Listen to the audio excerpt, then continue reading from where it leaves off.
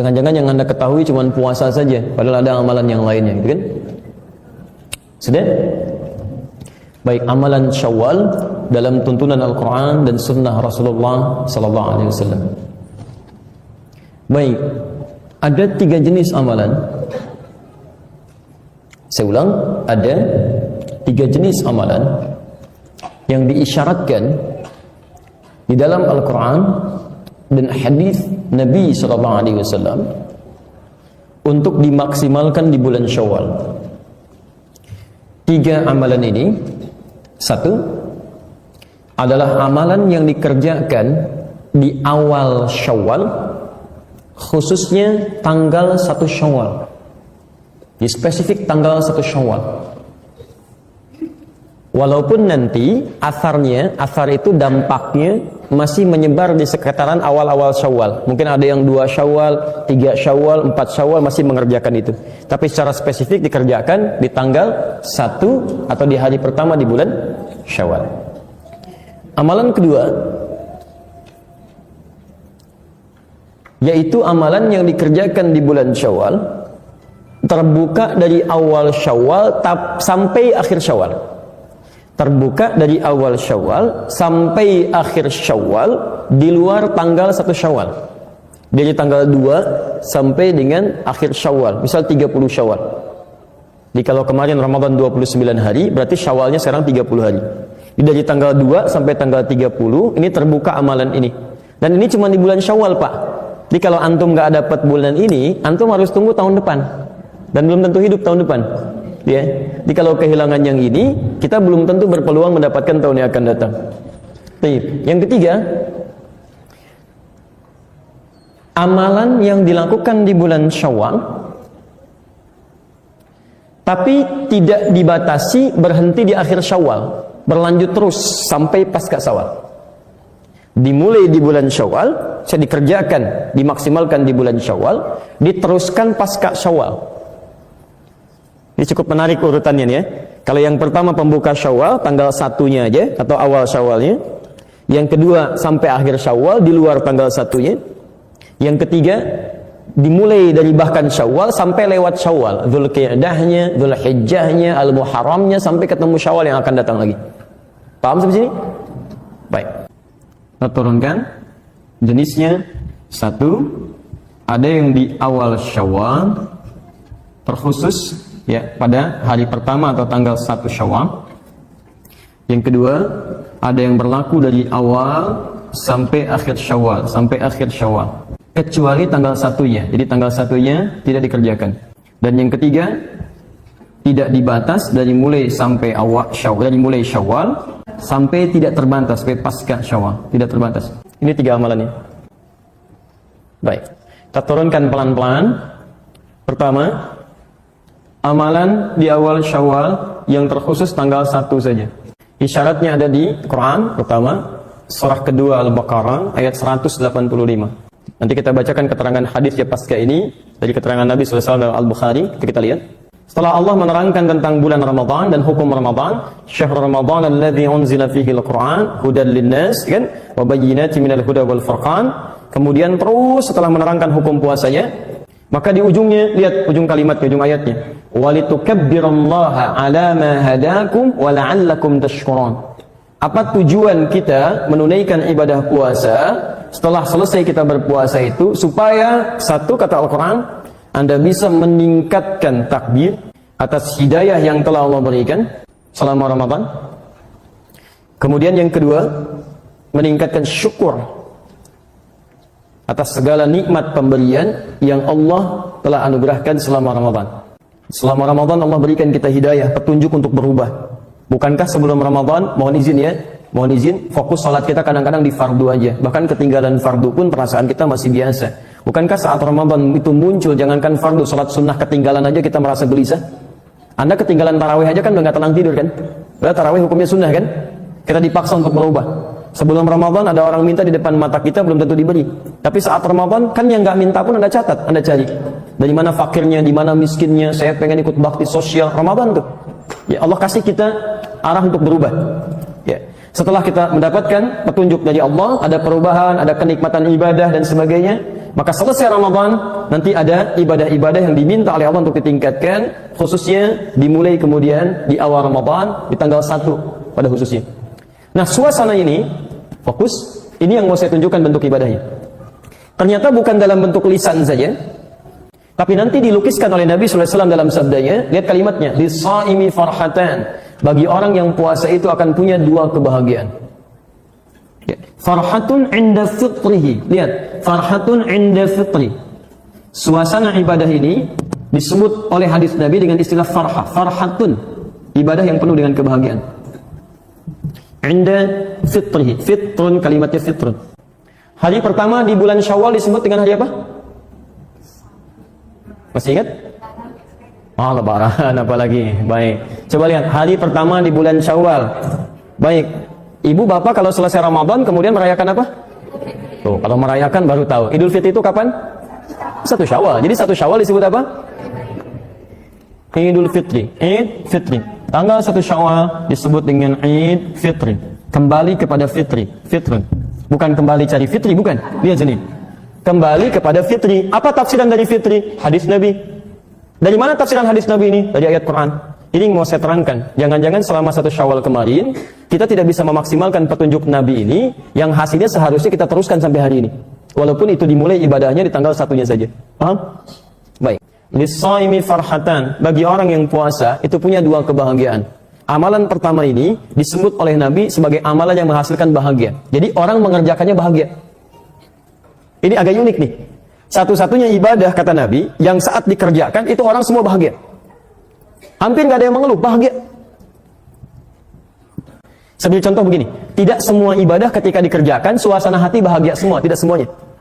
Bapak kalau sholat bahagia nggak? Halo? Ibu kalau sholat bahagia nggak? Enggak, Masya Allah. Mau bilang bahagia takut salah, mau bilang enggak keterlaluan gitu kan? Baik. Tapi begini, biasanya kalau orang bahagia itu, jangankan ditunaikan, dengar informasinya aja sudah gembira. Antum dapat berita, anak antum lahiran, baru beritanya aja, belum pegang anaknya kan sudah gembira kan? Jadi umumnya bahagia itu ketika mendapat infonya, walau belum dikerjakan, itu sudah ada rasa kepada hati. Kalau orang sholat bahagia, panggilan sholat apa? Adzan, dengar adzan aja pasti bahagia. Allahu Akbar, Allahu Akbar. Ya, kok udah 2 lagi? Cepet amat ya. Nah, ini ada menunjukkan suasana hati yang berbeda gitu. Jelas ya? Ada suasana hati berbeda. Ini ada yang unik, tapi yang ini kata Nabi, baik yang khusyuk ataupun yang tidak khusyuk, itu ikutan bahagia Pak. 1 Syawal ini. Jadi baik orang yang Ramadannya maksimal, yang tidak maksimal, pokoknya ketika sampai 1 Ramadan, itu sama ikut bahagia. Apa amalannya? Baik. Kata Nabi, farhatun inda fitrihi. Amalan yang pertama, kebahagiaan itu diraih ketika dia menemukan fitrinya. Ini. Apa tafsiran dari fitri, teman-teman sekalian, Bapak dan Ibu? Itu bisa dibagi kepada 3 amalan utama berdasarkan ayat dan hadis Nabi SAW. 3 tafsiran ini. Tafsiran pertama, 1, bisa diartikan dengan makanan. Makanan.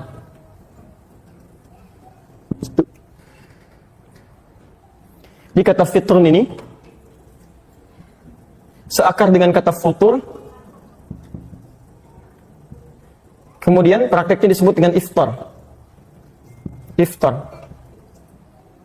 Bukankah antum saat puasa kalau masuk maghrib kan disebut iftar ya? Dia iftar dulu, iftar jema'i. Apa artinya iftar? Asalnya bukan buka, asalnya makan.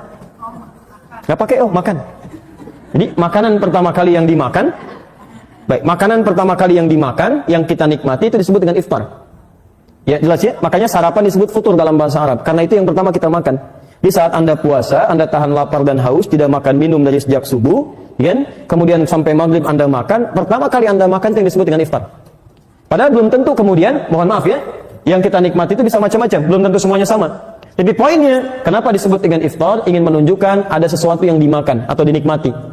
Bisa makanan, bisa minuman. Jelas di sini? Jadi, kalau disebutkan iftar, senilai dengan kata futur, akarnya dari kata fitron. Jadi kalau disebutkan fitron, ini bisa berarti pertama, makanan atau minuman. Tepatnya jamuan lah, ya, hidangan.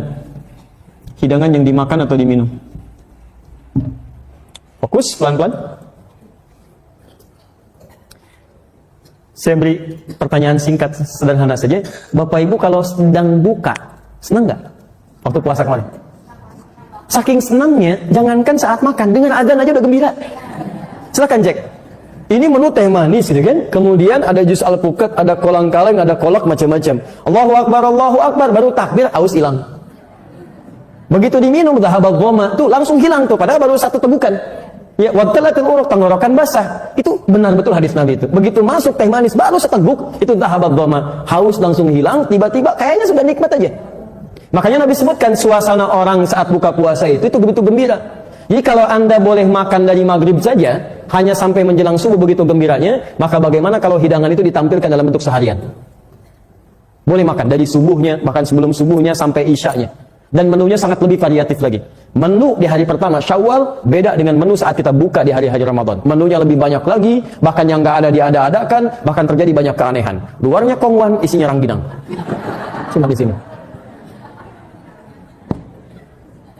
Makanya disebut ini oleh Nabi SAW, ini puncak kebahagiaan. Di Anda hari-hari Ramadan saja sudah bahagia buka, apalagi ketika mendapatkan puncak ini, yang boleh makan sepuasnya, sekarang yang tadinya subuh mulai gak boleh makan, sekarang boleh makan, hidangan banyak dan sebagainya. Maka amalan ini disebut oleh Nabi SAW sebagai amalan puncak kebahagiaan. Saya mau tanya kepada Bapak Ibu, apakah harus orang khusyuk yang menikmati kebahagiaan untuk makan ini? Tidak. Mau yang khusyuk, mau yang tidak, mau yang puasanya belum dibayar, mau yang sudah sempurna semua, ketika masuk Idul Fitri pertama kali, ini pasti semuanya bahagia. Maka dari itu, amalan sunnah pertama, ketika masuk momentum di hari pertama Idul Fitri ini, di hari pertama bulan Syawal, ini amalan utamanya menampilkan kebahagiaan dalam bentuk bisa berbagi dengan sesama. Ini amalan pertama. Ini.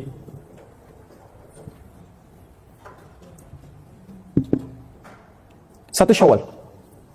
Karena itu bagi orang yang tidak memiliki bagian untuk dibagi, bahkan untuk dirinya sendiri, maka karena itulah kemudian menjelang hari-hari awal Syawal itu, bahkan ada syariat. Awas hati-hati, ada syariat yang berlaku hanya di bulan Ramadan. Dikeluarkanlah kemudian satu zakat, yang zakat ini disiapkan membuat orang bahagia ketika muncul di awal Syawal atau di Idul Fitri itu. Apa zakatnya namanya? Bukan fitrah. Bukan fitrah, ingat. Tidak ada zakat fitrah dalam hadis. Nama fitrah itu nanti dari tafsiran hadis, dari bahasanya Ibnu Abbas radhiyallahu taala anhuma. Bukan fitrah tapi fitri. Silakan Bapak Ibu cek ya, di dalam hadis-hadis Nabi, kalimat zakat yang disebut zakat fitrah itu, kalimat hadisnya menyebutkan zakat fitri, bukan zakat fitrah. Kalimat fitrah itu nanti tafsiran dari Ibnu Abbas, mengambil salah satu makna dari kata fitri, nanti saya tafsirkan di akhir. Bahasa Nabinya bukan fitrah, tapi fitri. Beda antara fitri dengan fitrah. Kalau fitri, itu jenisnya, materinya. Kalau fitrah, itu di antara maknanya. Kenapa disebut fitri dari kata makanan tadi? Jadi kalau Anda ingin berzakat dikeluarkan bagi para penerimanya, yang dikhususkan zakat untuk awal Syawal ini, di akhir Ramadan itu, persiapan awal Syawal, itu zakat dalam bentuk makanan, bukan dalam bentuk yang lain. Walaupun dititipkan dalam bentuk uang, tapi disalurkan kepada penerimanya dalam bentuk makanan. Bisa sembako, bisa yang lainnya dan sebagainya. Sehingga diharapkan ketika masuk awal dia di bulan Syawal, masuk Idul Fitri, dia bisa berbahagia karena mendapatkan makanan untuk ibadah kemuliaan dia di awal Syawal. Paham? Halo? Paham? Tahan sampai situ mas, hapusnya saya teruskan dulu. Jazakallahu khair. Perhatikan sini. Jadi kalau saya teruskan, ibadah yang pertama terkait dengan awal Syawal di tanggal 1 itu, pertama kita diminta oleh Nabi sallallahu alaihi wasallam, terkhusus dalam isyarat Al-Qur'an ini, untuk memaksimalkan makna fitri dengan berbagi, bahkan muncul dalam bentuk zakat supaya orang bisa memaksimalkan ibadah yang pertama ini. Ya, dan berbahagialah kita Bapak Ibu sekalian, mohon maaf sebesar-besarnya, ini kita patut berbahagia bahwa di antara sekian banyak umat muslim di dunia ini, di negara kita lah yang kemudian ini dijadikan culture. Ya, semacam sudah kebiasaan tradisi kita yang menghadirkan makanan, yang kemudian saling bersilaturahim dan sebagainya. Saya sarankan kepada Anda semua, ini yang luput di sini. Ketika Anda berbagi, mengunjungi orang bawa makanan, itu jangan diniatkan tradisi, rugi Anda. Niatkan untuk mengamalkan sunnah Nabi. Ini poinnya. Di tiap tahun kita buat makanan, barangkali cuma untuk dijadikan jamuan aja. Anda nggak niatkan dengan ini. Kalau Anda nggak niatkan ini, Anda nggak dapat bagian dari ibadahnya. Kita maksimalkan, barangkali ini yang luput. Coba saya mau tanya ya, pada Bapak dan Ibu nih. Bapak Ibu kalau kedatangan tamu sore ini, bikin makanan nggak? Bikin minuman? Kenapa? Karena ada tamu. Lihat, Nabi mengajarkan bukan ada tamunya. Karena Nabi perintahkan kita untuk bikin itu. Jadi bagi orang beriman itu, lihat kalimatnya. Anda kalau belajar Al-Arba'in, An-Nawawiyah, hadis nomor 16, lihat kalimat Nabinya. Man kana yu'minu billahi wal yaumil akhir falyukrim dhaifah. Siapa yang merasa beriman pada hari Allah dan hari akhir, maka muliakan tamunya. Jadi saat kita menyambut tamu dengan makanan itu bukan karena tamunya mau datang, karena Allah perintahkan kita untuk bikin makanan. Kalau Allah nggak perintahkan, sekalipun dia datang serombongan, saya nggak akan bikin kalau Allah nggak perintahkan. Tapi karena Allah perintahkan saya bikin makanan, saya buatkan. Karena Nabi perintahkan saya hidangkan minuman, saya perintahkan. Jadi ketika kita mengerjakan berdasar perintah Allah, bukan cuma makanan yang dihidangkan, bukan cuma adab yang dihadirkan, tapi ada pahala yang dituliskan di situ. Saya beri contoh gini. Kalau Bapak Ibu misal, kedatangan tamu malam-malam jam 2. Assalamualaikum, Assalamualaikum. Dibuka nggak? Why? Susah juga. Baik, saya mau ambil level Nabi, Rasul. Ya, ini Nabi, Rasul. Saya ulang ya. Ini Nabi, Rasul. Kemudian, bukan cuma Nabi Rasul, dekat dengan Allah. Saking dekatnya punya gelar Khalilullah. Ya, punya gelar Khalilullah, yang sangat dekat dengan Allah. Bahkan dari keturunannya hampir semua jadi nabi, Pak. Istri pertamanya Sarah melahirkan nabi.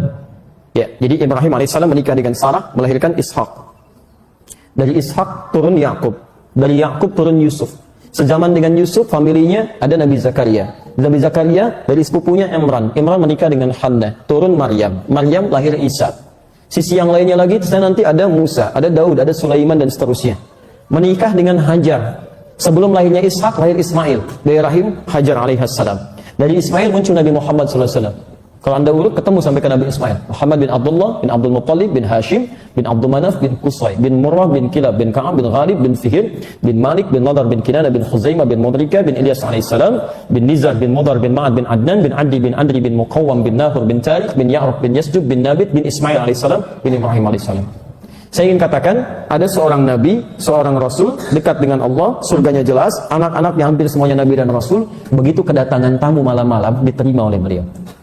Antum Nabi bukan, Rasul bukan, belum tentu dekat dengan Allah, keluarganya nggak semua jadi Nabi, kedatangan tamu malam-malam, Masya Allah.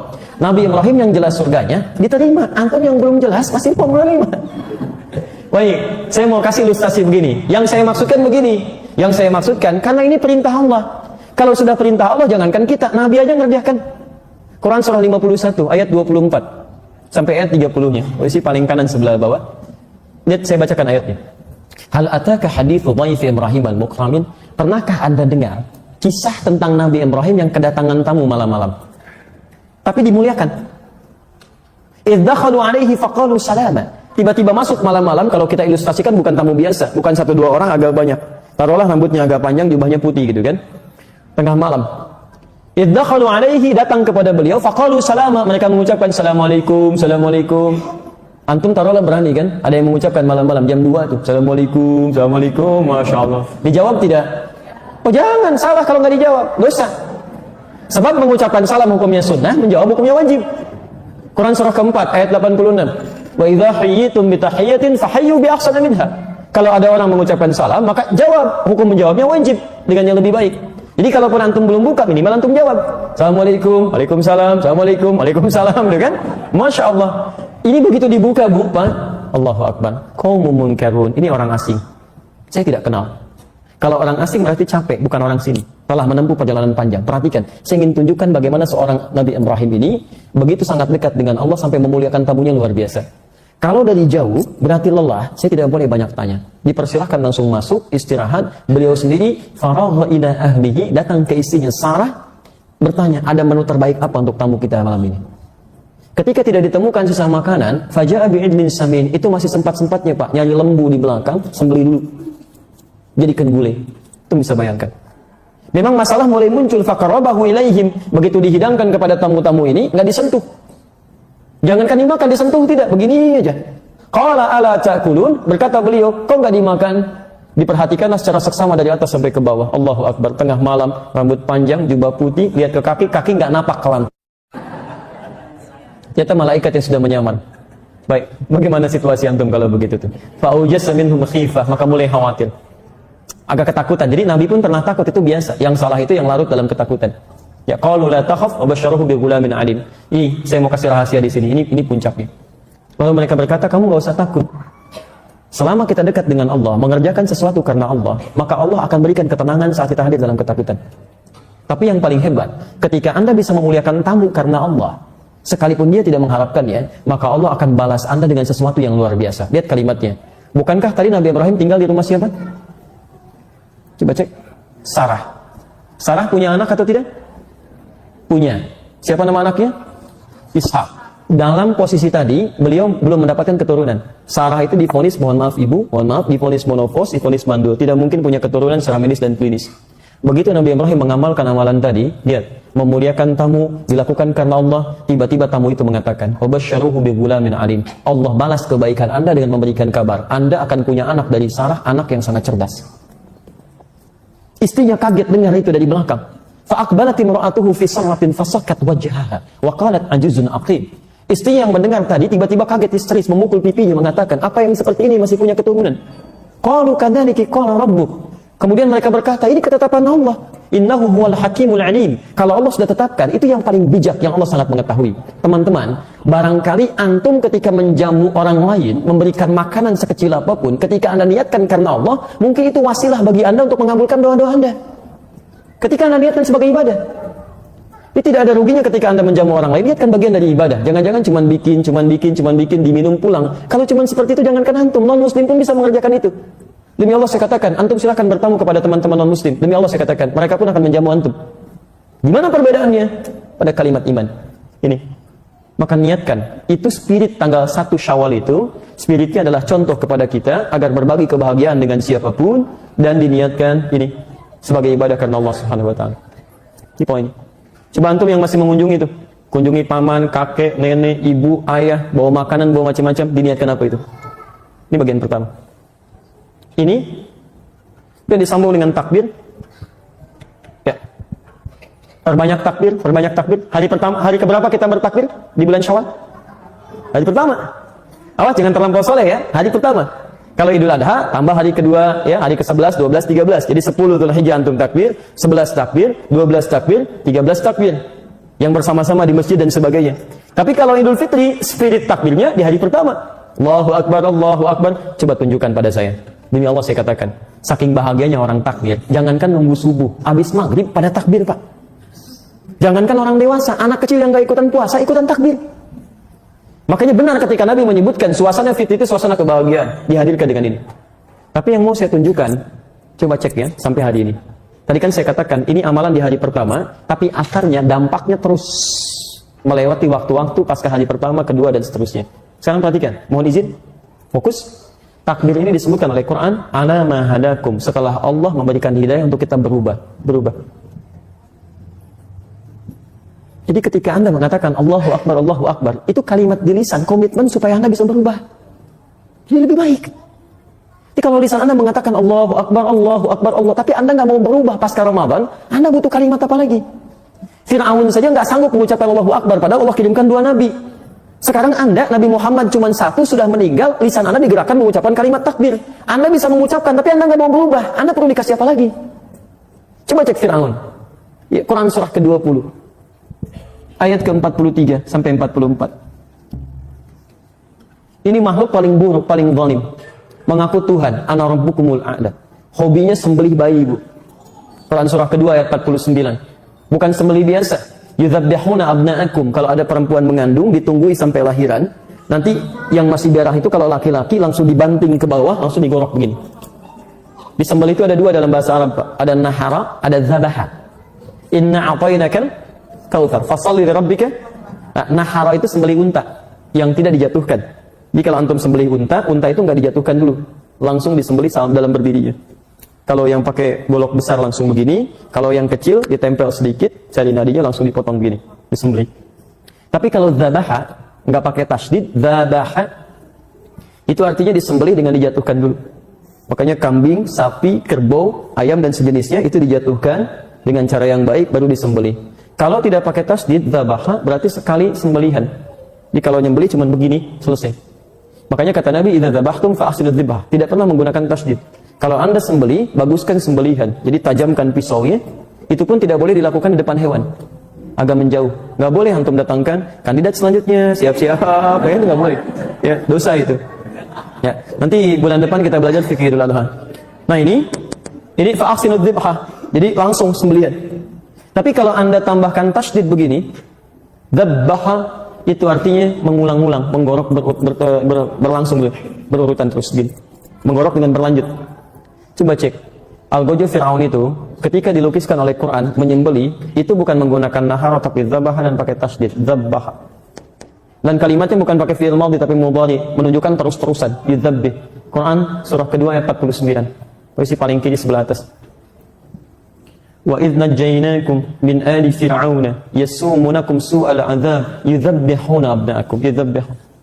Ingatlah ketika kami selamatkan kalian dari kekejaman keluarga Fir'aun yang menyiksa kalian dengan siksa yang paling dahsyat. Lihat, begitu lahir, ambil, banting ke bawah, gorok terus-terusan begini. Ini Fir'aun. Tapi tahukah Anda, saking rahmannya Allah kepada manusia paling zalim pun berlaku hukum rahmannya Allah. Sebelum nyawanya sampai ke kerongkongan, diberikan hidayah untuk berubah. Saya mau tunjukkan, diberikan hidayah untuk berubah. Dikirimkan 2 orang nabi sekaligus, Nabi Musa, Nabi Harun.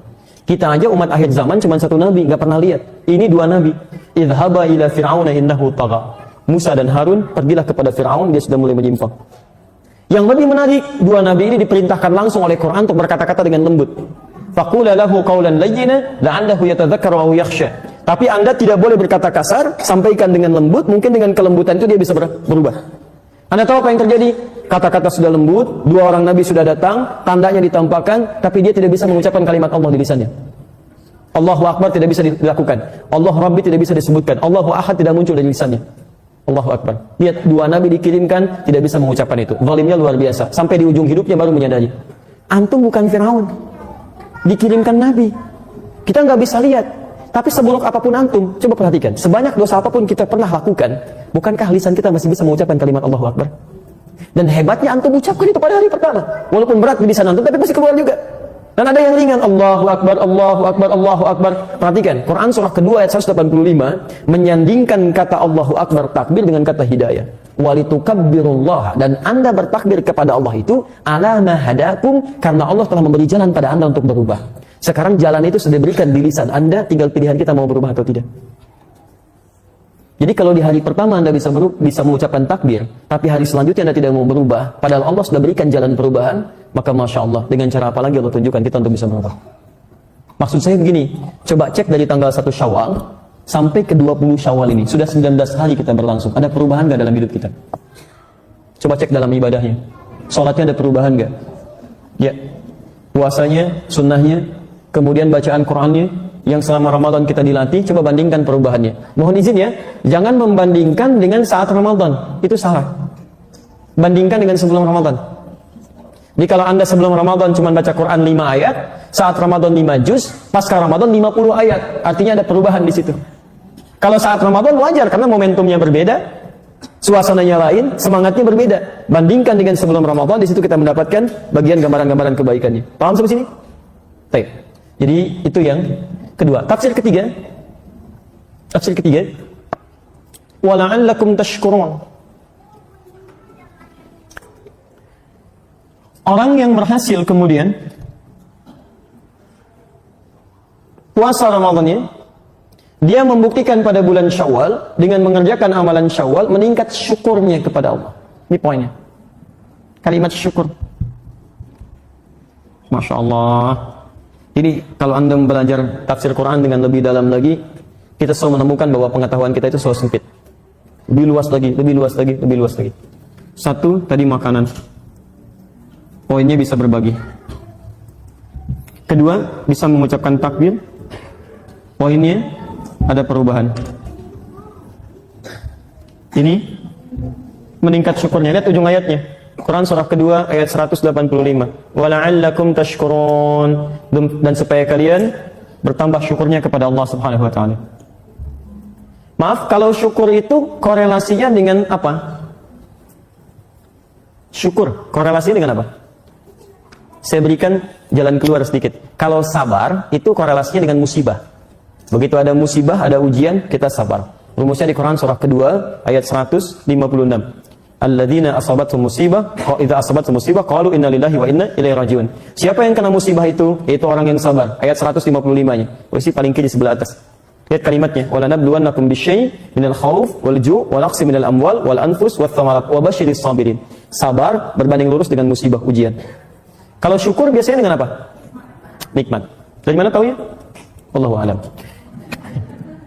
Syukur berbanding lurus dengan nikmat. Dari mana taunya? Quran surah ke-14 ayat ke-7. Ibrahim.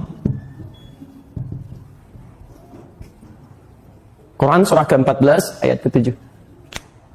Lihat kalimatnya, la in syakartum la azidannakum.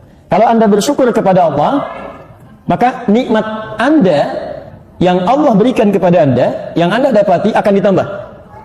Nah, sekarang lihat rumusnya, kembalikan, ini tidak mudah memahami ya. Syukur korelasinya berbanding lurus dengan nikmat. Di awal Syawal, saat Idul Fitri itu diisyaratkan oleh Quran, Anda akan banyak bersyukur. Maka isyarat pertama, di awal-awal Idul Fitri itu, Anda kemungkinan akan memperoleh peningkatan nikmat. Silahkan cek. Bukankah saat awal-awal Idul Fitri ada yang bertambah dalam kehidupan kita? Baik. Makanan bertambah. Baik. Pakaian berganti, kan? Baik. Bukankah di awal Syawal Idul Fitri ada penambahan nikmat bagi kita? Ada kiriman makanan, ada pakaian, anak kecil dapat uang, dapat macam-macam dan sebagainya. Masya Allah, yang dapat anaknya, yang ngambil ibunya gitu kan, dan seterusnya. Baik. Kapan itu dapatnya? Idul Fitri. Tanggal berapa? 1 Syawal. Lihat, ini mau saya sampaikan. Korelasi nikmat yang diperoleh, yang dicontohkan miniaturnya di hari pertama bulan Syawal, tujuannya bukan untuk dikumpulkan. Jadi ketika Anda mendapatkan makanan, dapat uang, dapat ini, dapat itu, latihlah dari mulai dini kepada anak kita, termasuk pribadi kita. Semua titipan itu bukan untuk dibanggakan, tapi la'allakum tashkurun, untuk disyukuri. Dan persoalannya, ternyata bentuk syukur itu tidak hanya terukur dalam kalimat Alhamdulillah. Dapat ini, Alhamdulillah. Dapat ini, Alhamdulillah. Bukan itu poinnya. Tidak pernah disebutkan syukur dalam kalimat-kalimat fiqih kecuali menunjuk kepada, ini poinnya, ungkapan kebahagiaan atas nikmat yang diperoleh, ungkapan kebahagiaan atas nikmat yang diperoleh. Fokus betul ya. Dengan cara menggunakan nikmat dimaksud sesuai dengan ketentuan yang Allah tetapkan. Ungkapan kebahagiaan atas nikmat yang diperoleh dengan cara menggunakan nikmat dimaksud sesuai dengan ketentuan yang Allah tetapkan. Itu yang dimaksud dengan syukur. Pada awal Syawal, Idul Fitri, kita bahagia, senang karena umumnya mendapatkan penambahan nikmat. Nikmat dikunjungi, nikmat mendapatkan makanan, nikmat mendapatkan materi. Tapi pelajaran besarnya, kata Al-Quran, semua nikmat itu bukan untuk dikumpulkan, tapi untuk menjadi takaran bagi setiap nikmat yang Allah titipkan kepada kita, sejauh mana kita menggunakan nikmat itu pada ketentuan yang telah Allah berikan. Lihat aplikasinya. 1. Saya nggak mau jauh-jauh dulu ya. Saya belum mau ke harta, belum mau ke pakaian, belum mau ke perangkat kehidupan kita. Perhatikan, nikmat kesehatan, nikmat tidak? Nikmat. Mata yang sehat, itu nikmat. Lisan yang sehat, itu nikmat. Sampai ke ujung kaki. Pernahkah kita melihat sisi penjelasan dalam Al-Quran bahwa orang syukur dengan nikmat kesehatan dirinya adalah ketika perangkat tubuhnya digunakan pada sesuai dengan ketentuan Allah? Coba cek lagi. Jangan-jangan selama ini mata kita tidak pernah digunakan sesuai ketentuan Allah. Sering saya ulang kalimat-kalimat ini. Orang beriman itu beda dengan yang belum ada iman dalam dirinya.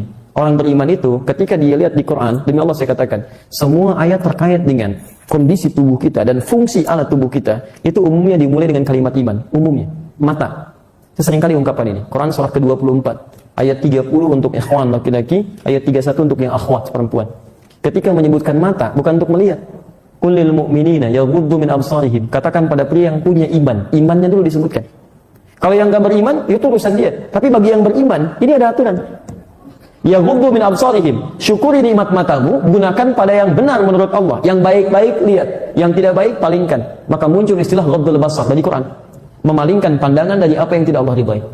Saya mau tanya pada antum, selama ini jangan ukur dulu dengan uang, jangan ukur dengan materi dan sebagainya. Allah kasih mata kepada kita, berapa kali kita mensyukurnya dalam sehari? Dan berapa kali kita mengistighfari fungsi mata yang pernah kita gunakan pada yang tidak tepat? Nabi aja sehari bisa 100 kali istighfar. Coba cek, jangan-jangan antum mau kesini pun salah lihat. Yang nggak boleh dilihat, dilihat juga. Ada aurat terbuka, ada gambar nggak boleh dilihat, itu satu. Lisan, apa fungsi lisan? Mulut. Bicara yang baik-baik, tapi ketika menyebutkan fungsinya, Nabi menyebutkan fungsi iman dulu. Silakan cek, lihat hadisnya. Man kana yu'minu billahi wal yaumil akhir. Siapa yang merasa beriman kepada Allah dan hari akhir. Ketentuan ini hanya bagi orang yang punya iman. Kalau Anda merasa tidak punya iman, silakan, nggak usah dipakai. Tapi kalau Anda merasa punya iman tidak mengerjakan ini, ada yang salah dalam iman Anda. Ya, lihat kalimatnya. Faliyakul khairan aw liyasmut. Dia hanya boleh berkata yang baik. Kalau tidak bisa, dia diam. Enggak ada pilihan ketiga. Di orang beriman itu mustahil mengucapkan kalimat kotor, mustahil. Jadi kalau ada orang beriman mengatakan kata-kata yang kotor, ada yang salah dalam imannya. Dia kalau nggak bisa dia akan diam. Penuh dengan zikir, kalimatnya zikir, kalimatnya istighfar, kalimatnya subhanallah, tasbih, tahmid. Malaikat saja, malaikat itu masya Allah tidak sanggup berkata kotor, tidak sanggup berkata kotor. Ya, masa bagaimana kita dengan yang bukan malaikat diperintahkan oleh Allah tapi keluar kalimat-kalimat yang tidak menyenangkan. Ini mohon izin ya, mohon izin kembalikan lagi, coba cek. Kalau Anda merasa ingin mensyukuri nikmat dari Allah, maka cek lagi tubuh kita dulu sebelum pada yang lain, sampai ke ujung kaki. Makanya saking bersihnya lisan kita ini, gak boleh berkata yang kotor. Saking gak bolehnya, karena lisan kita bersih. Dilarang untuk mencela. Kalimat celaan dibuka dengan kalimat iman. Ya ayyuhalladzina amanu la yaskhar qaumin min qaum. Hai orang-orang beriman, jangan saling mencela satu dengan yang lainnya. Jadi kalau ada orang mudah mencela orang lain, sementara dia mengaku beriman, ada yang salah dalam imannya. Kalau orang nggak beriman mencela, dia nggak punya iman. Tapi kalau antum beriman mencela, ada yang salah dalam imannya. Pada yang tidak dibenarkan untuk dicela, pada yang tidak dibenarkan untuk dicela. Dusta, wailul lil mukadzibin, celaka bagi para pendusta. Masuk ke tanggan, lihat wailul lil mutaffifin, celaka orang-orang curang. As-sariq was-sariqatu faqtu aydiyahuma. Para pencuri itu potong tangannya, saking mulianya nggak boleh berbuat yang kasar. Daripada kotor lebih baik nggak punya tangan sama sekali. Coba cek. Saya selalu katakan begini, mata kita aja mungkin belum maksimal. Ada orangnya buta, usia 4 tahun, menghafal Quran sampai hafal. Antum dikasih 40 tahun mata sehat, untuk baca aja belum punya waktu. Antum butuh berapa tahun lagi? Ada anak-anak usia 5 tahun bisa berkata yang baik-baik. Antum dikasih 50 tahun masih keluar kalimat yang kotor. Antum butuh berapa tahun lagi untuk bisa berkata yang baik? Dan selalu ada kesempatan untuk berubah gitu kan. Kalau Allah sudah keluarkan kalimat takbir di lisan kita, Allahu Akbar, itu belum membimbing Anda untuk berkata yang baik, Anda butuh kalimat apa lagi gitu. Sampai ke ujung kaki, semua sampai ke ujung kaki. Quran surah ke-25 ayat 63. Wa ibadur rahmanil ladzina yamshuna 'alal ardi hauna. Hamba Allah yang penyayang itu. Kalau Anda mengaku hamba Allah, itu jalannya tawadhu. Itu kalimatnya tegas itu. Jadi kalau ada orang sombong, maaf, yamshun itu bisa dengan kaki, bisa dengan perangkat. Kalau dulu pakai kuda, sekarang kudanya rubah jadi Ferrari gitu kan? Kijangnya rubah jadi Innova gitu kan? Dan sebagainya. Jadi ada orang yang jalannya memang biasa, tapi kalau sudah masuk mobil sombongnya luar biasa, bisa. Jelas ya? Maka coba cek. Kalau kita sedang dalam perangkat diri kita belum bisa mengarahkan pada yang baik, maka ini amalan Syawal kita belum maksimal. Jelas di sini? Itu baru tubuh kita, belum pakaian, belum harta. Ada orang sepeda aja nggak punya, jarak ke masjid 5 kilo, jalan kaki ke masjid Pak. Antum cuma 5 meter masjid dengan rumah begini. Sepeda ada, motor ada, mobil banyak bahkan. Dan hebatnya lagi, naik masjid ngarah ke rumah antum begini. Antum belum kedengaran juga dan belum mau melangkah juga. Antum butuh apa lagi sampai mau ke masjid? Nah, ini poinnya. Jadi, amalan yang pertama, spirit jadi tanggal 1 itu adalah menunjukkan satu adanya perubahan. Ya, pada diri seorang muslim, dia bahagia ketika masuk tanggal 1 Syawal, bukan bahagia karena puasanya selesai. Ya, nggak ada sahabat bahagia karena puasa selesai. Semua sahabat itu setelah puasa selesai justru menangis, menantikan setiap hari itu bisa Ramadan semuanya. Nggak ada yang bahagia. So, kebahagiaan itu ketika mereka mendapatkan nilai-nilai tadi. Bahagia ketika disebut oleh Nabi bisa berbagi. Bahagia karena mendapatkan petunjuk untuk berubah. Bahagia karena mulai bisa mensyukuri apa yang telah Allah titipkan. Coba cek, jangan-jangan kita bahagianya semuanya. Cuma dengan pakaiannya, cuma dengan makanannya, cuma dengan segalanya. Tapi tidak tampak perubahan dalam diri kita. Maka apa yang kita banggakan di hadapan Allah?